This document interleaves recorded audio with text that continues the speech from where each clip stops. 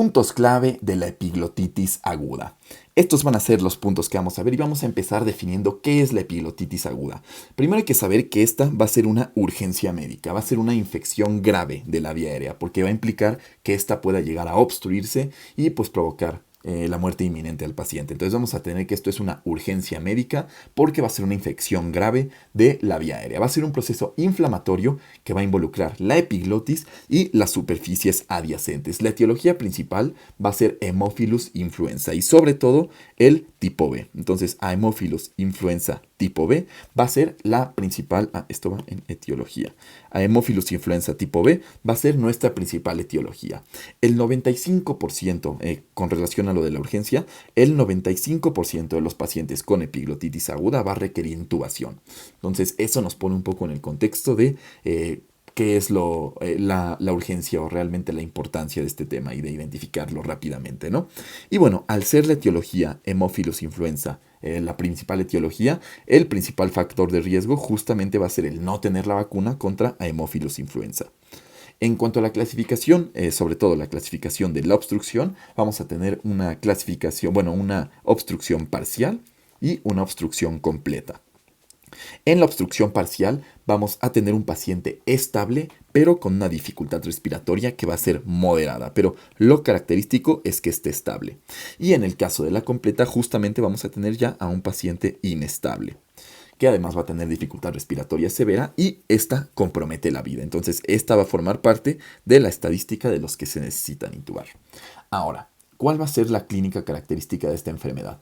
Lo primero es saber que tiene un inicio súbito, un inicio muy rápido y una evolución aún más rápida.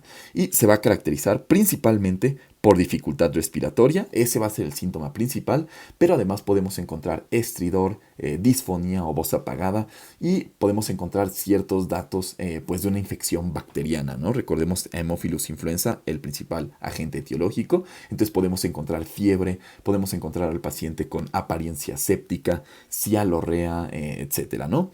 Y algo importante que se refiere en la guía de práctica clínica es que en la clínica va a venir o va a caracterizarse por las 4Ds y por la posición de trípode. Entonces es esta posición que pues toman los niños que tienen dificultad para respirar o una dificultad respiratoria, en donde se sientan en la orilla de la silla, se agarran de la silla, se inclinan hacia adelante e intentan jalar aire, ¿no? Y bueno, en cuanto a las 4Ds, van a ser disfonía, disnea, disfagia, disnea, disfonía y también dwelling, que dwelling es como salivación excesiva, ¿no? Entonces, esas van a ser nuestras 4Ds. Disfagia, entonces, como que analicemos por qué van a dar estas 4Ds. Disfagia, obviamente está tapada la epiglotis, ¿no? Entonces no va a pasar ni saliva ni ninguna clase de alimentos. Disnea, y de nuevo, ¿no? Está tapada la vía aérea por la epiglotis. Disfonía, no sale el aire, ¿no? Al intentar hablar, entonces por eso se produce. Y dwelling, pues por el eritema, ¿no? Por la inflamación que se está produciendo en la zona de la epiglotis, que finalmente forma parte de la cavidad bucal, pues es lo que va a producir la salivación, ¿no? Entonces a eso le agregamos nada más la dificultad respiratoria, que como sabemos va a ser el principal pues, hallazgo clínico. Y además su posición de trípode.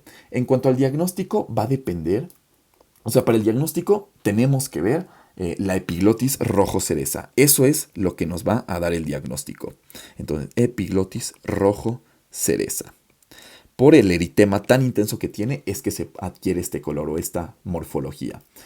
Y también podemos ver edema de la hipofaringe y úvula, pero lo característico es la epiglotis en rojo cereza. El método que vamos a usar para visualizar la epiglotis va a depender de si tiene una obstrucción parcial o una obstrucción completa. Entonces, si el paciente está estable o si está inestable. Si está estable, lo que vamos a usar es vamos a realizar una nasofibroscopía flexible. Y si está inestable, vamos a usar una laringoscopía directa. Y bueno, una vez realizada la laringoscopía directa, ahí mismo, en ese mismo tiempo, podemos proceder a la intubación. Y en caso de que requiramos tomar un cultivo, podemos usar un tubo endotraqueal para tomar el cultivo, pero no forma parte como del manejo inicial, sino simplemente se menciona que si se necesita tomar un cultivo, usemos el tubo endotraqueal. Y en cuanto al tratamiento, lo primero es asegurar la vía aérea, ¿no?